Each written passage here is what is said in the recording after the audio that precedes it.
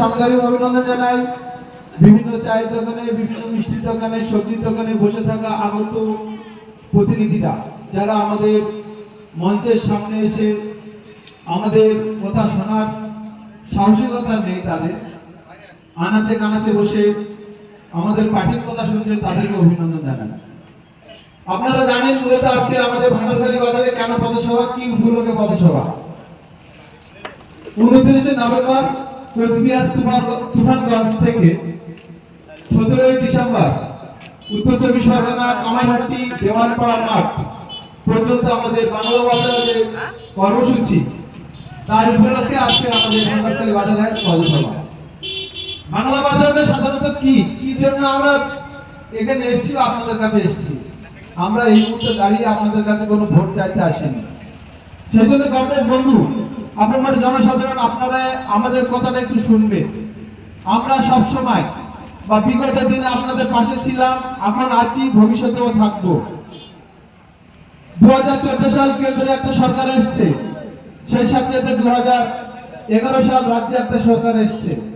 এই দুই সরকার একত্রিত ভাবে জেঠতুতো ভাই আর খুড়তুতো ভাইয়ের মিলে আমাদের রাজ্যে যে দুর্দশা, শিক্ষা থেকে শুরু করে বিভিন্ন প্রকল্প, বিভিন্ন সময়ে বিভিন্ন জায়গায় যেভাবে আমাদেরকে ধ্বংস করে দিচ্ছে, তার প্রতিবাদে আজ আমাদের এই সভা।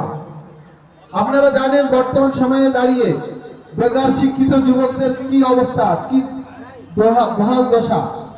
আপনার বাড়ির পাশে বা আপনার সন্তান যেটা আছে, আপনি সকালে উঠে নিচে না খেয়েও তাদের পেটে দুটো অন্ন দেওয়ার জন্য আপনি মাঠে যান, বিভিন্ন কাজকর্মে বেরোন, তারপরেও আপনি আপনার সন্তানকে সুশিক্ষায় শিক্ষিত করেন।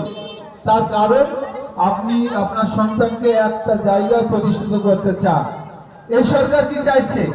এই সরকার চাইছে শিক্ষা ব্যবস্থাকে তুলে দিয়ে মদের দোকান, আড্ডা করা দেওয়ার জন্য। যে সময় লকডাউন ছিল, সেই সময় দাঁড়িয়ে শিক্ষা ব্যবস্থাটাকে পুরো ভেঙে দিল। মাসের পর মাস, বছরের পর বছর শিক্ষাটাকে পুরো বন্ধ করে দিয়ে মদের দোকান খোলার ব্যবস্থা করে দিল।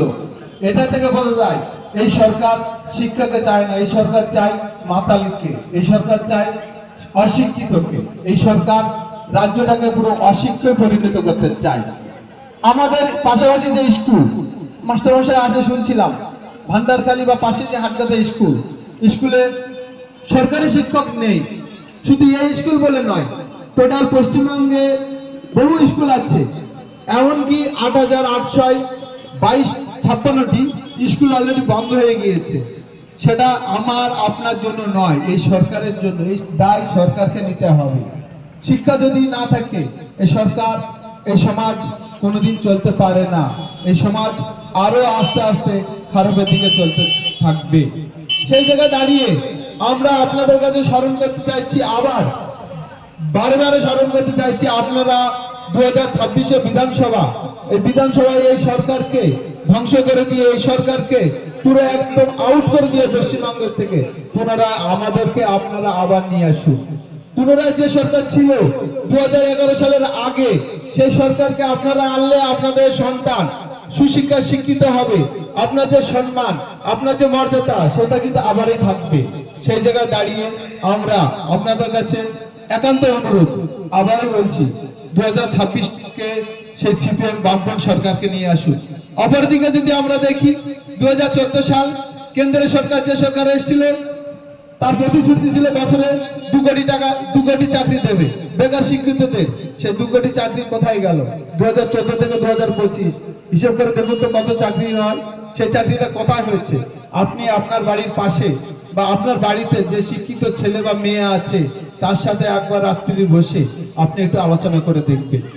যে সরকারের শুধু ভুয়ো প্রতিশ্রুতি, মিথ্যা প্রতিশ্রুতি দিয়েই যাচ্ছে, তাছাড়া এই সরকারের কোনো কাজ নেই। এই সরকার বা ওই সরকার দুটোই কিন্তু একই সাথে চলছে। যাই হোক, আমি বিস্তারিত বলবো না, আর আমার পূর্বে অনেক বক্তা আছে, আপনারা আমাদের কথা শুনছেন। সেই সাথে সাথে আবারও একবার বলবো, 2026 সিপিএমকে আবার আনুন। আপনাদের আমাদের সবারই মঙ্গল হবে, সবারই ভালো কাজ হবে। শিক্ষা চাই,